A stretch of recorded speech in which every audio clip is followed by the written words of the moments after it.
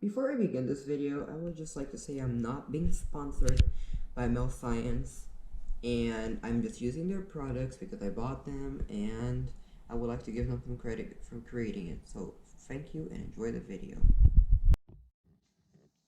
Hello, Nick Auror here, and today is a very important day, a very special day, because, well, we're going to be starting our chemistry part of Nick Auror. Well, at the beginning of the channel, I said gaming and science. Where's the science, you may ask? Here it is.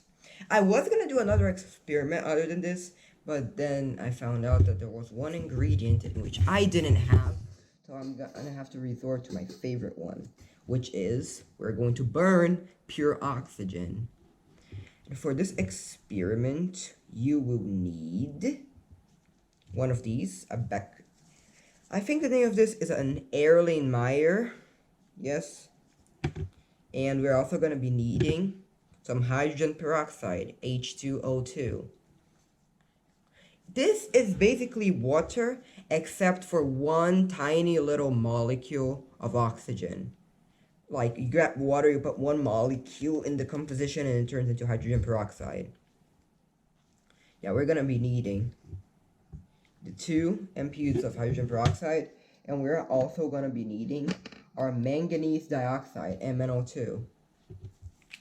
Basically manganese with two more molecules of oxygen. And this will be used as a catalyst. If you don't know what a catalyst is, it's a substance used to speed up a chemical reaction. We're also going to be using this, a splint. And they were asking me to use a match, but who needs a match when you got this? Anyway, let's begin, shall we? The first thing you do, you grab your Erlenmeyer, and you twist this, and you put the 2 ampules of hydrogen peroxide. It's kind of hard to see because this is not brand new.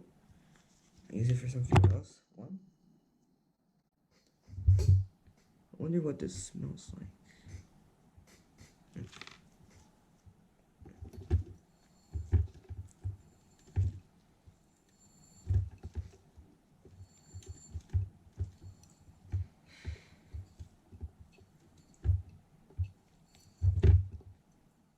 Yeah, it takes a little bit of time because this thing's annoying to put out.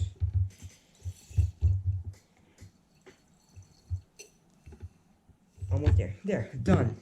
And we are going to, okay, here we have our hydrogen peroxide in here.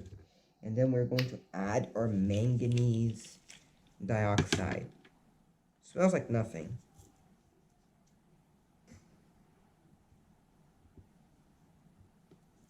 Then you put the whole bottle of manganese dioxide in here. See the reaction? What do you do next? You grab this, you light it up.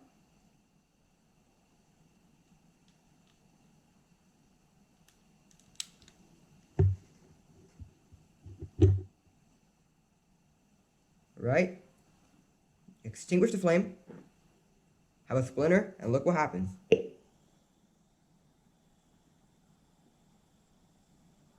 Wow.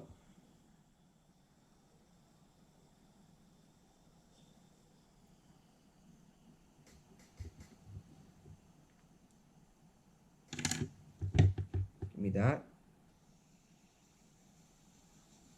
Shake it a little bit more. Light it up again.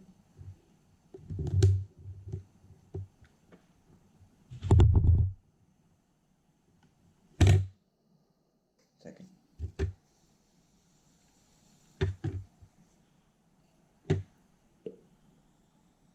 Oh god, this was turning out really cool. I think it's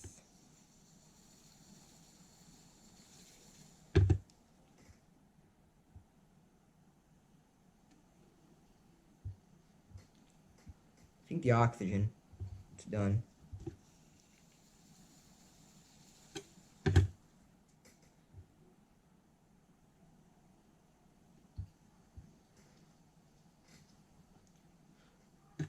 Alright. So this is it. As you can see, I extinguished the splinter and I put it inside of the Erlenmeyer, and it suddenly caught fire really hard. But you may ask me, what happened? Well, I'm gonna explain to you what happened. What happened here was oxygen. Let me explain this from the beginning. You see this? This is H2O2, hydrogen peroxide, as I already said several times. 3% to be honest.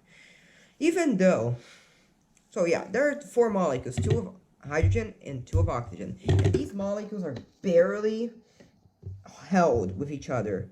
Even though they're really weakly being held, they cannot break off on their own very easily. They take a long time before the oxygen breaks from the hydrogen.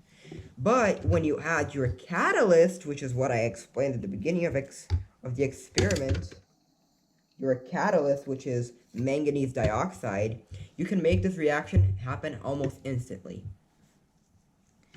And let me explain to you why it caught fire really badly. Because, as you know, like, when you watch, like, Backyard Scientist video of him extinguishing flames using carbon dioxide, it's because carbon dioxide pushes away the oxygen. And as we all know, fires need oxygen to burn. Without oxygen, the fires can't burn. What happened here is, when we added our catalyst, which was manganese dioxide, it made the molecules of hydrogen peroxide break apart. And the two and then, while some of this became water, I think this is water with manganese, the air in here became almost pure oxygen, which is what we need to burn. And when I extinguished it, when I put the splinter in here, what happened was the pure oxygen there was a lot of oxygen which sustained the flames even more. Let me see if I can do it again. I don't think I can. Pick it up. No, I'm out. As you can see, it was pure oxygen in this environment. So even a splinter like this on a container of pure oxygen, it can catch fire a lot, which is what I just demonstrated. The oxygen sustains the flame a lot. Let's see what this little book is saying.